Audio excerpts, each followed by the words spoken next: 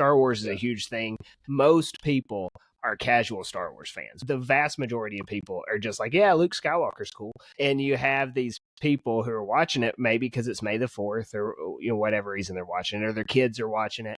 And they're like, oh, this is interesting. What's this? And you Google it and you're like, oh, there's a book. Hey, kid, do you want to read this book? These people might actually take a deep dive into Star Wars lore now just because they're curious at the start of a show. So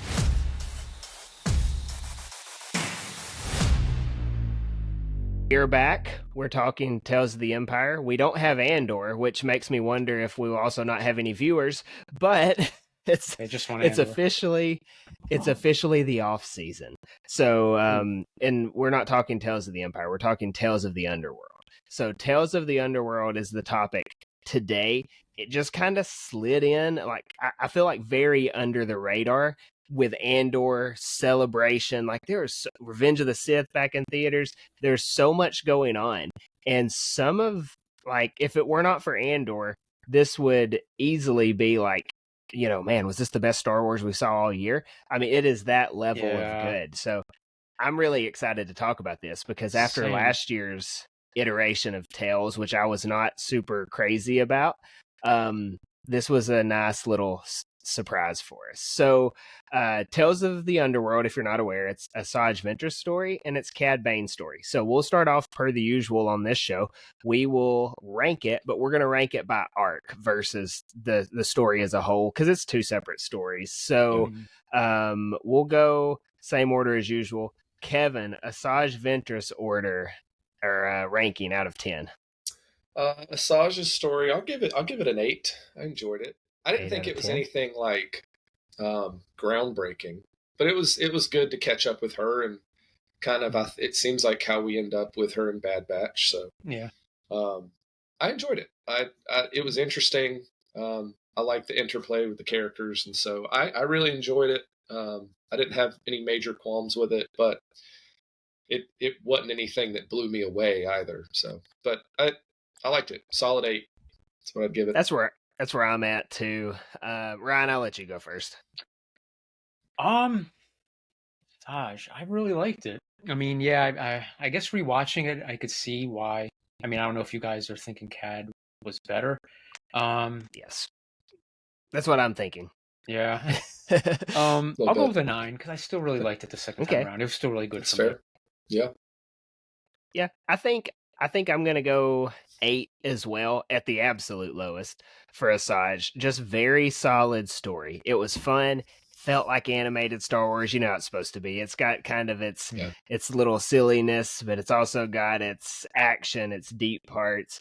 Yeah. Loved how it picked up with Dark Disciple. We'll talk on that in a minute. But I have zero complaints on it. 8 out of 10 sounds good. Kevin, Cad Bane's story. I'll go 9 on that one. I really liked it. I thought there were some cool parallels with some other plot lines in Star Wars, and so I think my favorite thing about it is I feel like Cad Bane's a character now, and not just like a plot point. I feel like he's been used as just like a villain to drive a point, and now you kind of feel like he's a person. So I like that it's made him a character rather than just a device for other characters. So I really enjoyed it. I liked it a little bit better than Asajj Arc, and so I solid 9 for me. That's true, yeah, because we got to see an origin for him. Yeah, unlike Asajj, because we already know Asajj, so that was cool, and he's more than just a gun for hire. Seeing his story, so agreed. It was cool. What do you give it? I'll give it a 9. 9? Okay, so 9's across the board. Yeah. I'm thinking in line with all of the tales that we have. We've got Ahsoka's, we've got Count Dooku's, we have Morgan Elsbeth, and who is the other person from last year? Barriss Offee, yep. Asajj, and Cad Bane. So if I'm looking at all those, I'm giving Ahsoka's a 9, I'm giving Dooku's a 10. I'm lumping last year's into a solid 5 to 6. And then I went 8 with Asajj. So I think I've got to put Cad Bane there with Ahsoka at 9. I think it's that level of a story, but I still think the Count Dooku one's better if we're looking at it as a whole. But man, this is up there. This is like 9.5. It's so good. But again, the Count Dooku just very well fit in with like the prequels and where, the Phantom Menace kind of starts turning into Attack of the Clones. And I like that a lot. So, yeah. But this one's a 9. Cad Bane's for sure a 9. Love how it makes you think more about him. So we'll go in here. We'll start working our way through these arcs. So Asajj Ventress is going to be first. And I just really like the way that it picked right up with Dark Disciple. So last year with the Bad Batch, everyone read Dark Disciple. I read it because of it. Kevin, had you already read the book? I don't think I had. I think I read it around the same time as you did. Yeah. Because I know you've read a bunch of Star Wars books, but I feel like your books were more of the ones that are the EU now, right? Like that's kind of what you... I haven't gotten as much into the newer stuff yet. I've picked up a few things here and there, but yeah. Have you read it yet, Ryan? No, but it's funny. Like as you mentioned, I was looking for a copy, but then there was other books that I was looking for at the same time. So I kind of, even though I wanted to get it, like everybody else was doing or reading it, like a lot of people, I was like, there's other books that I had ahead of them, so I didn't. But I definitely want a copy. So I'm kind of familiar. I've read things. So the opening, I've read about that. You knew what was going on. Yeah. I just think the biggest deal. So everyone read it because she was going to be in the Bad Batch. That was the big trailer reveal. Mm-hmm. So everyone was up in arms, like, "Oh my goodness, Dark Disciple! It's like Shakespeare. You can't mess with it, And so everybody was up in arms that they would even consider going against this book that probably, not a ton of people had read. And then all of a sudden, a ton of people did read it. It turned out to be a great book, but it was kind of maybe some manufactured outrage. But I'm glad that I agree. People are quick to just type whatever everybody else is saying on the internet. Oh, dare they. But, I mean, that was a super easy fix. I mean, you're dealing with...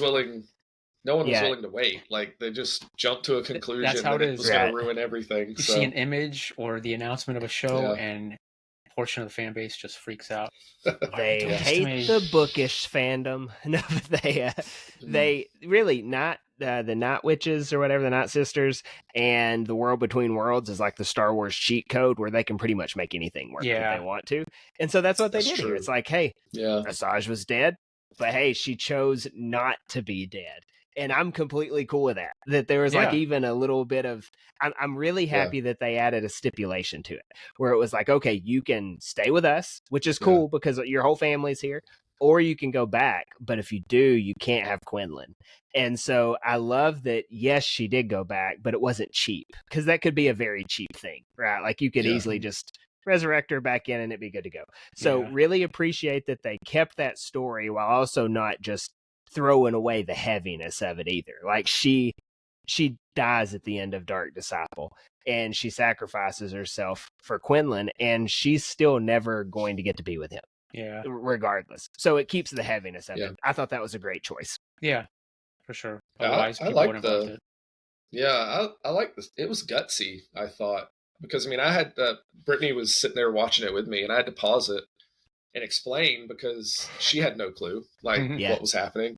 So that was pretty gutsy to start it off on something that, I mean, I think it's clear that what they're trying to do with Tales is really apply it to the enthusiasts, the people who really are interested in the lore, who want to dive deep in these characters and stuff that's going on. I think it's unashamedly for that group. Because otherwise you don't start off with something like this that a lot of people would be like, what's happening right now? Like, I don't understand where we are, or who these people are. So it was gutsy. And you're right. I like the Night Sister aspect of it because that's always kind of been a mystery. Like no one really knows how Night Sister stuff works. It's fun. And I like that it's still kind of a mystery. Yeah. Like, I was going to say, what does it mean that she gives up Quinlan? Like that's not really defined.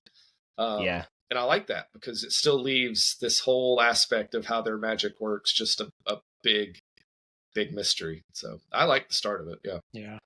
Also gives us a little bit of maybe just a look into what Thrawn's doing with all those dead Night Brothers. And who knows? And Night Sisters and Ahsoka.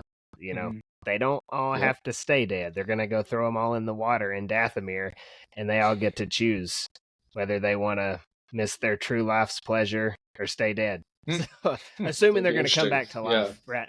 But this also opens that door. So I do like that. I think it's pretty smart, Kevin. Kind of like what you were saying. It's very much for the enthusiast. So they did two things here. They made everybody happy. That was like, probably it's not the majority of the fan base. Obviously, Star Wars is a huge thing. Most people are casual Star Wars fans. We get into our little, internet echo chambers, and we all, like the same things and hate the same things. And it feels like it's the whole world when it's like, what's the statistic of people on social media that are like avid? It's like less than 10%, right? So like the vast majority of people are just like, yeah, Luke Skywalker's cool. So you get in and you have these people who are watching it maybe because it's May the 4th or whatever reason they're watching it, or their kids are watching it, and they're like, oh, this is interesting. What's this? And you Google it and you're like, oh, there's a book. Hey, kid, do you want to read this book? Maybe it should be a teen that's reading Dark Disciple, but still, because it does kind of turn into romance at one point. But you get this, and it's like, oh, these people might actually take a deep dive into Star Wars lore now just because they're curious at the start of a show. So I think it's a win-win. It's a gateway.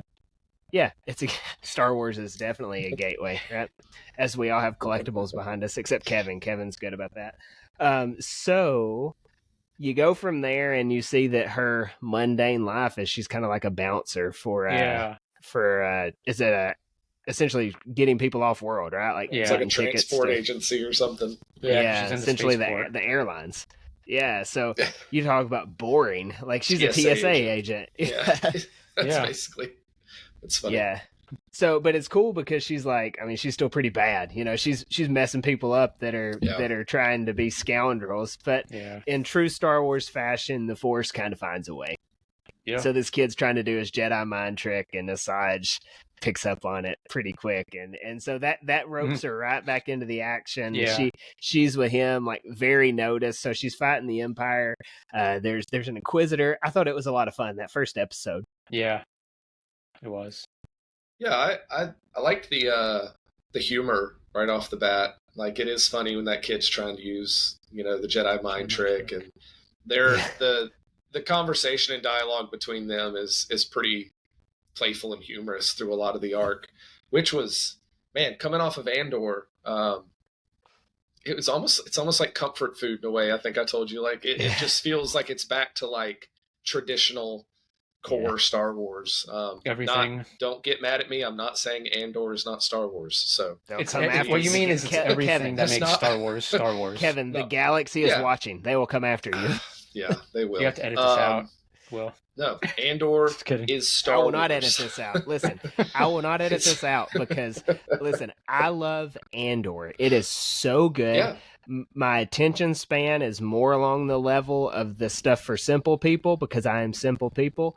But I will say this, I'm not going to say rights and lefts on things, but the far one side that was really mad about the Acolyte and the far other side that is very snobbish about Andor, you are equally as bad on opposite ends of the spectrum.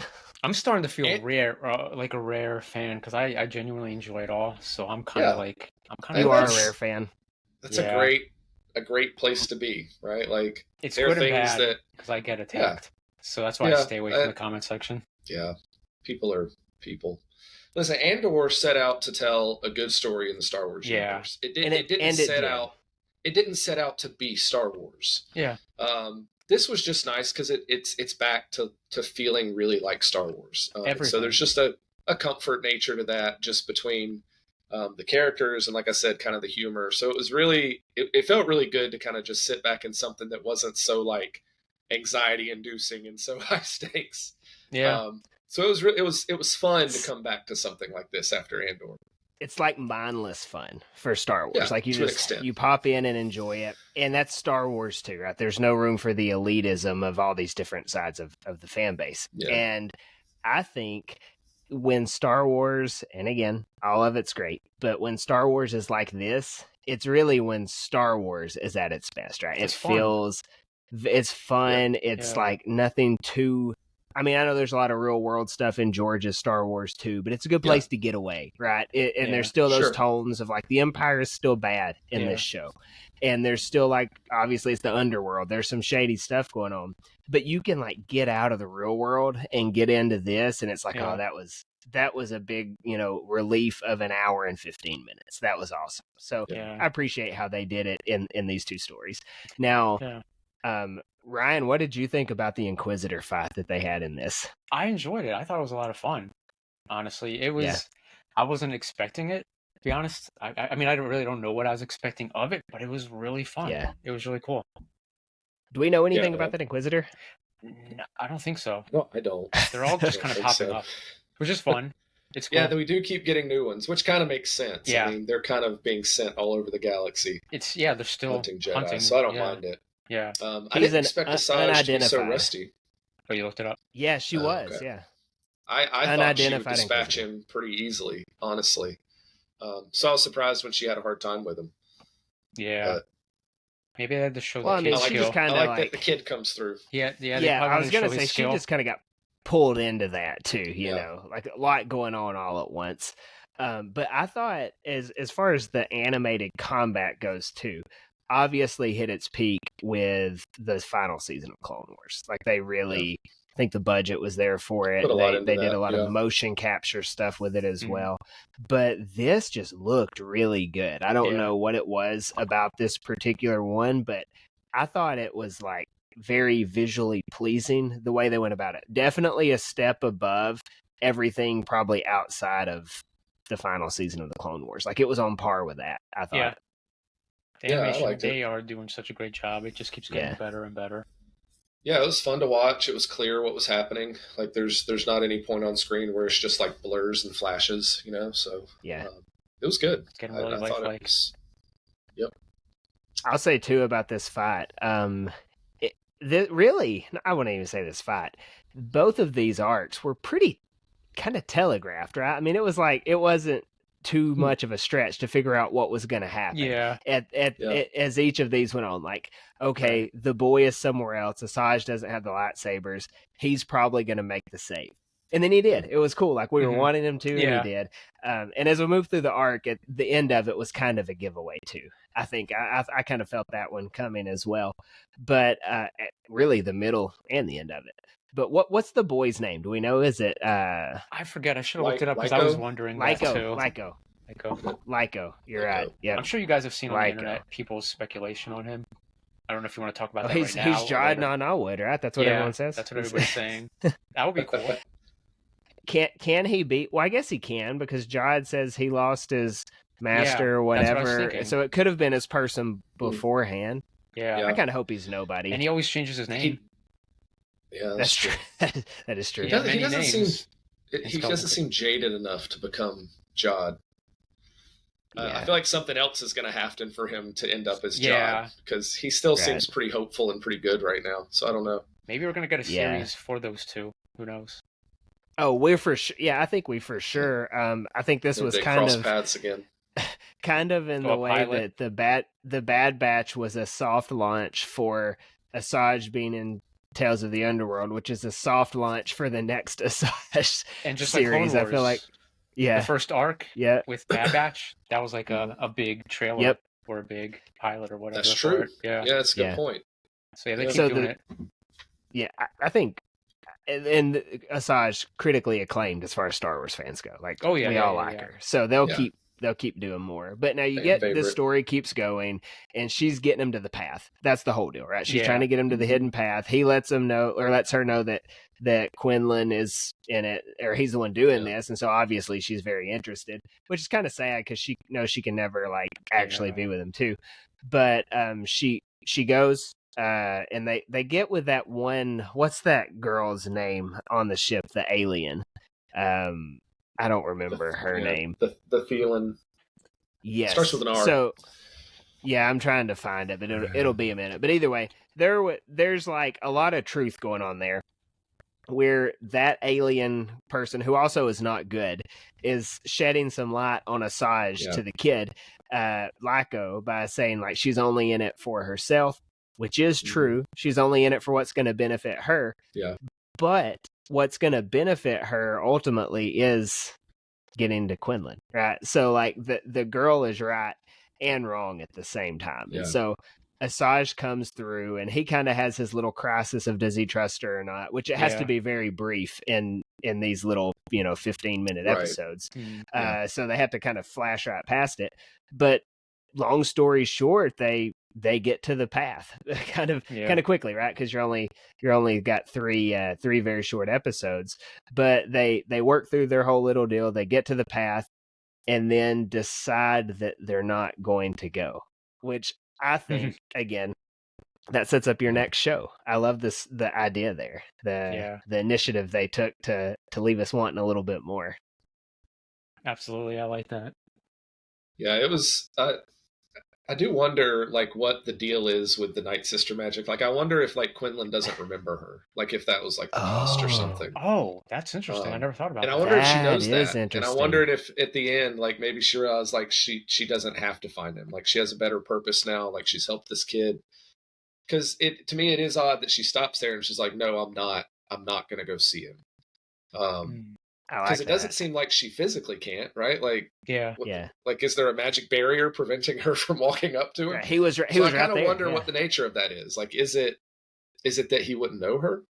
So I find that interesting. Like that's just kind of left open. Like we don't really know why this isn't going to work. But yeah, no, I love that he comes back. I think it's really cool that he kind of gets the taste of being a Jedi, right? Like one of the things I really like about that third episode is it kind of ties back into like what all the other Jedi are doing in the galaxy right now. Kind of like without the council, without the order, they're just kind of finding their way. And this kid like does the Jedi thing. Like he negotiates peace between these people. Like he's very diplomatic. He brings peace. And so it's kind of like he gets the taste of being a Jedi and he's like, I kind of want to go do this thing. Like I want to go, I've helped some people. Maybe I can do a little bit more. So I thought that was a cool thing to see him get to like be a Jedi, like what the Jedi are supposed to be, just this Padawan who's kind of lost. I thought that was a cool way to round out his story there. How cool is it that when the Jedi are the most Jedi is when the Jedi don't exist? Kanan, this kid, it's cool. Obi-Wan, Luke, like there's no legalistic order to bring them down. Right there, just them and the Force doing exactly what they're supposed to be doing when they're supposed to be doing it. I think that's a thing in Star Wars that they just always keep coming back to as well. You've got Ahsoka in the Ahsoka show, right? Like as she kind of gets her lesson from Anakin and, keeps happening. I'm sure that's what's going to continue to happen in Star Wars because that's a big theme. Do you think better maybe when they're sparsely, they're sparse, they're not all gathered, which, they all have their own way of thinking, but they all trust in the Force. Yep. In the end, just my 2 cents. Do y'all think, because Kevin, you were saying, like, does he forget her? Would he even know who she was? Do you think she's got, like, a curse on her to where, like, if she did, because that's kind of a witchy thing, right? Like, she could be cursed. So she would just, like, die. Like, if she went against possible. Who knows? Yeah. There's some easy ways they could write that in. Just going, with them being witches. That's pretty cool. Yep. Anything else on the Asajj arc? It was good.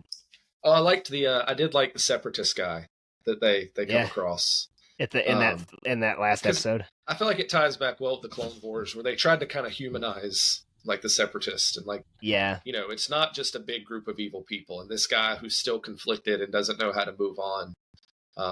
Again, Lyko kind of helps him along with I guess that was his granddaughter. I think that was right. You've watched it more recently than I have, but that's kind of what I understood, So I thought it was cool to throw him in there and just kind of see the people in the galaxy that are completely separated from this big empire thing that's going on. Just still, I mean, the Clone Wars just messed everybody up. And so, I thought he was a cool addition in there. Mm-hmm. You kind of miss out a lot on the Separatists, too. I feel like they kind of just get completely overshadowed with everything else obviously going on in the story of Star Wars. It's easy to move past the Separatist side of things. No, I agree there. So let's get into the Cad Bane story. again, we all agree that it's pretty good. But seeing Cad Bane as a kid, his name was Colby, right?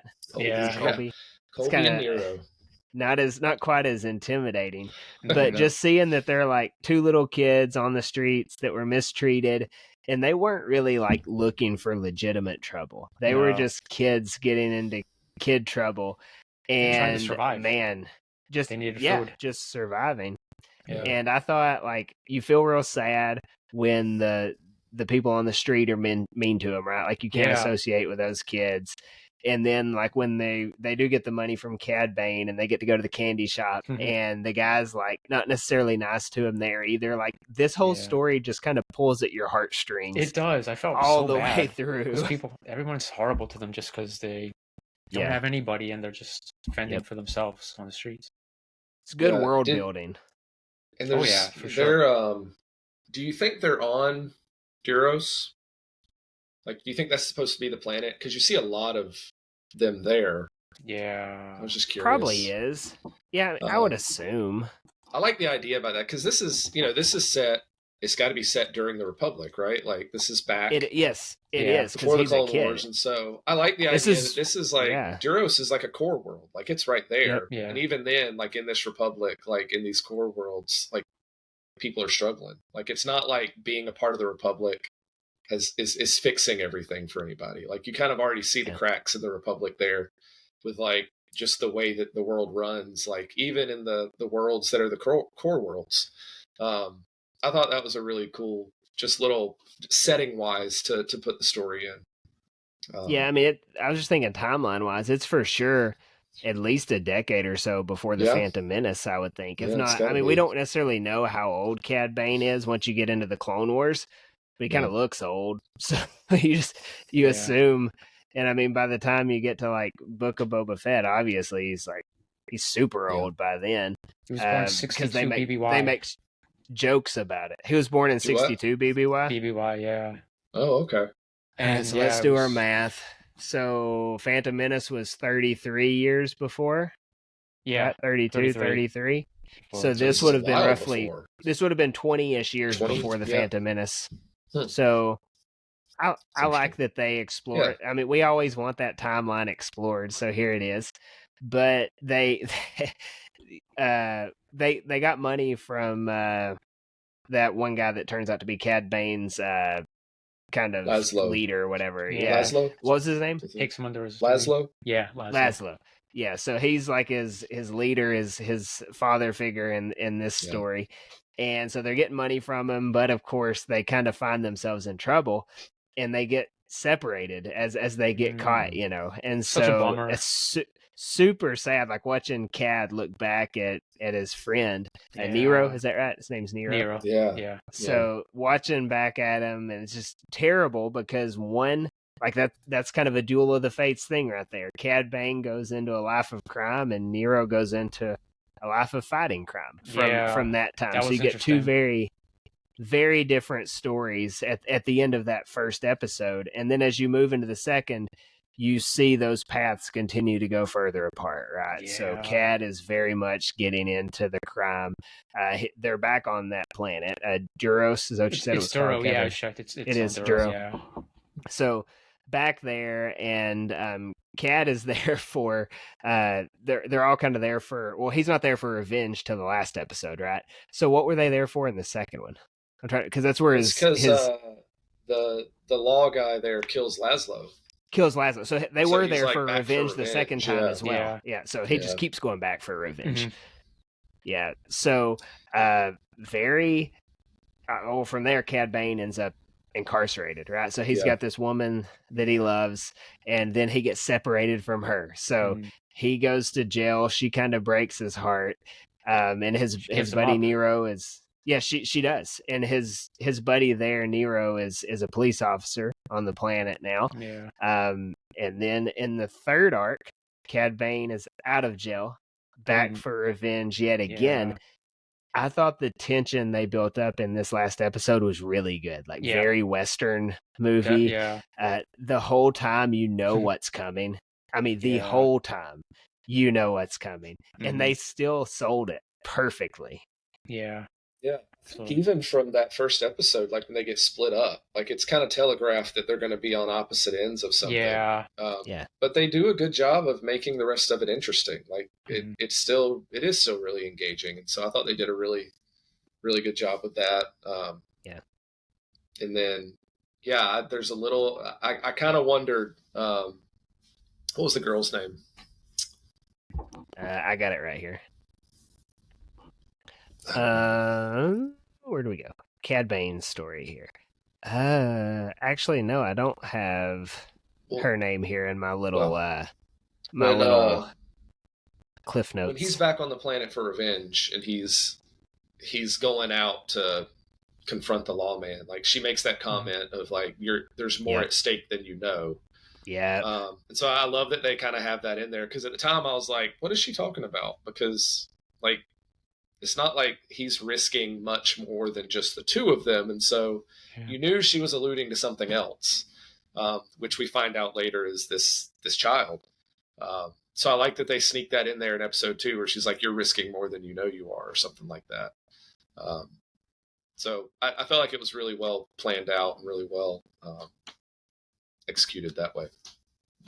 I like too that episode. Episode 5 is a good turn. That's what it's called, right? A good turn. And so in that episode, it kind of builds up, because when he gets the hat, it's like, he's fully going into being this really terrible guy now, which sets you up for the rest of his story. Because beforehand, it's almost as if like, he's not quite the bad guy yet. He doesn't have the hat. For me, that's kind of how I felt about it. But then once he gets his mentor's hat, it's like, okay, he's going to be the mentor now. And eventually he'll go down the same path as the mentor. It's just a long way down the road. Aaron, A-R-I-N. Aaron. That's her name. Yeah, that was it. Yep. I like the titles. I don't know if you noticed the title of these episodes. They were, what was it? The Good Life, A Good Turn. What was the last one? Yep. A Good Deed. One Good Deed. Is that what it is? Yeah. One Good Deed. Yeah, I feel I like it because I feel like they're all like a mockery, like The Good Life, right? Like it's like this twisted version of like, they kind of get this taste of something and it leads to their downfall. And then like a good turn, like there's that saying, one good turn deserves another. Except it's like revenge related. Like he's trying to get back. And then a good deed, like what is the saying? No good deed goes unpunished. Goes unpunished. Which is how we kind of see with Nero at the end. So I really like how the titles that good, it feels like it's just mocked in each of the episode titles with the events. I thought that was a really cool way to name the episodes. Yeah. Because there's not ultimately much good in this story. No, not at all. It's sad from start to finish. Story. Yeah, it is. Even when they're friends, it's heartbreaking. Yeah, because they're struggling. I was gonna say, like, their story going just into that third episode, where they're going on a collision course to that duel that they had in the trailer. Even, I mean, it was once we see who the characters are, it was no surprise what was going to happen there. But then you learn that the sheriff has a kid, and then you learn that the kid is Cad Bane's, and then it's like, well, he shoots his best friend dead. His kid's there watching. I have not gotten, as far as Star Wars goes, I don't get overly emotional at it. I really enjoy it. It's super fun to talk about. Obviously, we do it every week. But it's not anything that just gets me like crazy emotional in many spots. When Grogu went with Luke Skywalker before they brought him back 10 minutes later, that was super emotional. And then it was emotional for me. Yeah, this was very emotional to watch, because it's like, oh, that's a whole terrible situation going on right there. And Cad Bane just walks off and doesn't care. I do think like it's very interesting that at the same time that this is going on with, like, we have a hidden child in Andor, and we also have a hidden child in Tales of the Underworld. I was much more moved by the Tales of the Underworld version of the hidden child versus the Andor version, because the Andor one, I don't know, maybe it's because it wasn't like right there in your face like Tales of the Underworld was, but I just thought it was like super, super sad in Tales of the Underworld, the way they told it, versus you kind of get the hopeful side of things. And we had more time Andor. with the child. Mm-hmm. Yeah. Well, I was wondering as soon as they showed the child, I don't know why, but I immediately thought, I wonder if that's his child. As soon as they showed, because remember he was like creeping around the corner in the office. Yeah. I was like, is that his child? Well, and he looked more like Cad Bane too. Yeah. He did that giveaway. Shade of blue was he was blue versus green, right? Yeah, because the other guy's green. So we got to see more time with him. Instead of just seeing a baby at the end. So we got to get a little bit more, and the kid was crying his eyes out. That was brutal. I was like, oh man. Well, he just kept wanting to be with him too the whole time. Super sad. Yeah, because he sees what he knows as his dad die, and then Cad has this really weird moment where he kind of wants to approach him, but the kid recoils from him, and the mother says, "There's just a lot of there's a lot of separation happening at the same time here." Like Cad's realization and realizing he's pretty much completely separated himself from his kid by his actions, and then of course the kid being separated from his father, and like it's just a really heart-wrenching moment where it's bad for everyone involved. Right. Well, Cad's. Go ahead. I was just gonna say his kid's an orphan now, right? Because the mom has passed as well. Yeah, they said she'd passed. Yeah. Wait, wasn't that her that ran out? I thought he was just lying. No, that was just I assumed he was lying. No, I think it was she had died, and so that was even worse for the sheriff because now Cad can't get back to his love that also married his best friend, and so he was like definitely gonna shoot him. It was just like the kid who was in a good spot ends up now likely in the same bad spot that Cad Bane started in because of Cad Bane. It's a very sad tale there, and again for these tales stories, the first one was emotional as well, like a couple years ago, and then last year's I just felt like, for me personally, I think for a lot of people, it didn't quite measure up on the emotion level of things. This one went right back to it. Very well told stories. I noticed a lot of people didn't like it. I enjoyed Tales of the Empire, but I noticed for the most part people didn't like it. I don't hate it. I just hadn't rewatched it. Gotcha. It's fun to watch once. I'll rewatch these probably. Now, fun fact: what do y'all think Tales of the Underworld got on Rotten Tomatoes, the tomato meter? I have no idea. I'll say 89%. 89's Ryan's guess. Kevin, do you have any guess? I feel like people are pessimistic. I'm going to go 70%. 100. Did it really? Wow. Oh, I'm surprised. I feel good about that. That's great. That's awesome. 12. It only has 12 critic reviews because it's an animated short series. 12 critic reviews. All 12 are fresh. 100% tomato meter. I'm happy to hear that. That's good. Yeah. And Star Wars doesn't always get high tomato meters, tomatoes.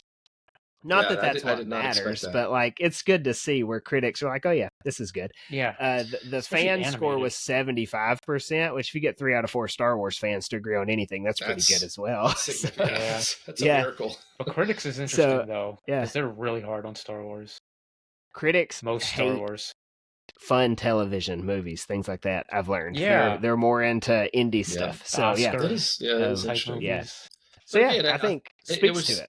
Good stories. Yeah, I feel like it was just. It felt like it was like a core Star Wars experience. I felt like it just felt like Star Wars. The mix between the humor and the seriousness of it. Like one of the really cool things is like just the consistency of Star Wars stories. Like with Cad Bane, you see like shades of Anakin. Like that this obsession causes him to lose the person he loves. Right, separated from a child, and it's because he can't let go of something. Like. Obviously, Cad Bane's not falling to the dark side, but like that idea of obsession, and it wrecks the people around you. So he's firmly there. Yeah. I just like the way that kind of mirrors things we see in the prequel trilogy, like that the danger of obsession and anger, and letting anger drive you. Because at any point, Cad could have been like, I need, because you get that line at the end where he's like, "You took everything from me." Yeah. And Nero's like, "Not everything." Like he was almost like he was taking care of this kid for Cad in hopes that he would come back, in hopes that he would take care of him. just made it even sadder. Man. Yeah, the second watch was a lot more for me when I was watching that. And I was like, oh man, it just hit. Oh man, so emotional. Yeah. And that's the thing, is you can have these heavy hitting Star Wars shows that are not focused on main characters and just put you right into the world and be like, oh man, that kind of changes everything for these random side characters that we now love. And that's why I think these Tales shows are so good. Not that Ahsoka and Count Dooku are some random side characters, and Asajj is probably less so than others, but like Cad Bane, Morgan Elsbeth, Barriss Offee, those are very much random side characters, even though like we really like all those characters for the most part, I guess. Cad Bane probably the most out of all those for me. But it gives more to this big universe that, you know, everyone can find something that they like out of. So I think that's a lot of fun. Really looking forward to whatever the Tales might be next time. I wish they would go ahead and just give us Tales of the Sith. We all want it. But I was going to ask you guys, if you don't mind me asking, if there's time, what two characters do you want, and what like kind of era or theme? Easy for me. I'll go ahead and say it. I want a Plagueis and Palpatine, Tales of the Sith. So I want one story to be hitter. I want one story of Plagueis getting to the point that he's Plagueis, and the next story I just want it to be a continuation of Palpatine getting to Plagueis. That's cool. Or Plagueis training Palpatine as apprentice, and then Palpatine getting to the point where he kills Plagueis. Something along those lines. I mean, that would just be printing subscriptions at that point. Yeah, pretty much. Kevin, what's yours? Yeah. Man, I hadn't really thought a lot about this. I would like, and maybe we get this, I don't know, with Ahsoka. Like, I think it would be a cool thing to do a Tales of like Ezra and Thrawn on Peridia. Like just in that span of time, just like 3 short stories. That would be interesting. Because we know nothing about, I mean, that's an extensive amount of time that they're there. Yeah. And we really know nothing about it. So I think it would be cool to fill in that with like a Tales type arc. And then maybe Tales of like the Outer Reaches or something like that. Yeah, something. Whatever you want to call it. That would be cool. Yeah. But then I think I'd like let me follow like a starfighter pilot. Like a rebel pilot or something. You like that. Yeah. I love my starfighter stories, man. Big Ryan Gosling fan. I will be now. Yeah. I have nothing against Ryan Gosling, so. Not the way you have stuff against Andor because you think it's too serious. Okay. Listen, you're trying to set me up now. Do you? That is not what I said. Those were not my words. Oh man, it's good people. Ryan, people don't know Kevin, how to find I think me. for your Tales, comments. I think if they did the Thrawn Ezra, if they had the mirroring story being Ahsoka and Sabine, like back in the galaxy in the meantime, I think that would be a lot of fun. Oh, because you could cover like the their perspective of like the Siege of Mandalore. The whole backstory on both sides of it. Yeah, which we get just a kind of a mention of in Ahsoka. That would be cool. And it would be coming out a few months before Ahsoka does, so you might be onto something. Yeah. Ryan, what are your 2 characters? 2 characters? I don't know about 2 characters, but I would love to see like Tales of Mortis, something like that. I would like to see more Mortis, because cool. I love that arc. And Clone Wars is my favorite arc in Clone Wars. I would like to see more of it. I don't know if it would just be themed around, the father, the son, and the daughter, or 2 other characters at different times going to Mortis somehow. But I think Mortis would be cool. I don't know about what you guys think about that. Yeah. Now, I was going to ask you, for Mortis, do you want to still leave equally as confused as you went into it? Because that's one of my favorite parts about Mortis. Yeah, definitely. Yeah, it has to be a mystery. Yeah, I want to leave it there. How cool would it be if it was like, maybe they don't know who this chosen one is, and it's just like them kind of pulling in these random Jedi who come across. So Mortis. They get their out one? Yeah, they're like, oh, this isn't the guy. And just kind of seeing different failed stories of who they thought it might be. That would be cool. Just kidnapping people. That would be cool to have little short segments of them, though. Yeah. I like trial and error. A lot of history there. That would be pretty. That would be kind of funny to watch. I'm sure they wouldn't make it a comedy, but it would be kind of funny. You could be like, "Oh, it's not these three," Yeah. And then you pull in like they pull in the most dysfunctional three they could ever find, and it works out. That's true. That's an accurate description. Yeah. That's just how it goes sometimes.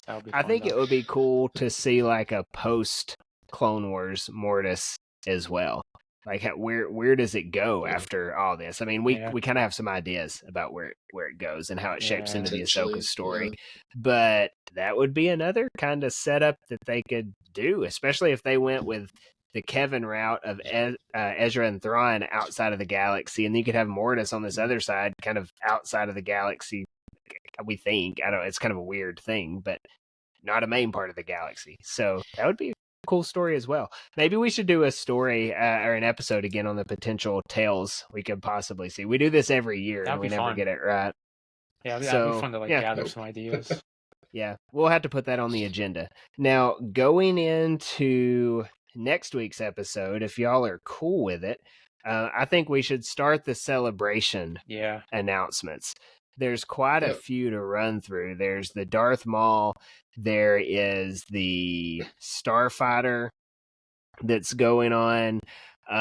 They started talking about Ahsoka Season 2 as well. So there's a good bit there. Were there any other things announced story-wise? Those were the three big ones. Yeah, those are the three big ones. Yeah, I think. Yeah, so we'll think of anything else. We'll get through those. We'll start next week with the Darth Maul story. I think that'll be maybe not as big, but Visions. We're getting another volume. That's right. And Rebuild the Galaxy. Oh yeah, another Lego one. That's right. I forgot about that. Because Ahsoka's watched the first one and more Darth Jar Jar. When was Visions? It's in October. Is it? Okay. The third volume. Yep. And they said the Ronin's coming back. Yeah. Yeah, that's true. Because they're doing they're doing the Ninth Jedi series too, right?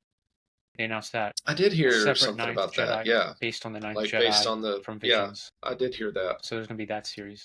Not this year, of course, but a little bit. They're doing a series. Yeah. Yeah, I think the Vision's is a really cool avenue. I mean, I don't love all of them. They can be kind of hit or miss, but I feel like there's something there for anybody, right? I think that's kind of the point of it is, I mean, some are silly, some are exciting, some are creepy. Like, I like the variety of it. Yeah. So we'll hit all those. We'll start with Shadow Lord. Isn't that what it's called? Shadow Lord? Yeah. Yeah. It's going to be so good. There's been some Sam Witwer interviews about it as well I have to catch up on. But I think that's going to be the best, probably the best that comes out. Oh, we'll talk Mando and Grogu. That was a big one. They talked Mando and Grogu sometimes. So we easily have a month of stuff to talk about. So thank you, everyone, for watching. We will be back next week with Darth Maul Shadow Lord discussion. Looking forward to that. Otherwise, thanks for watching. We'll catch you next time.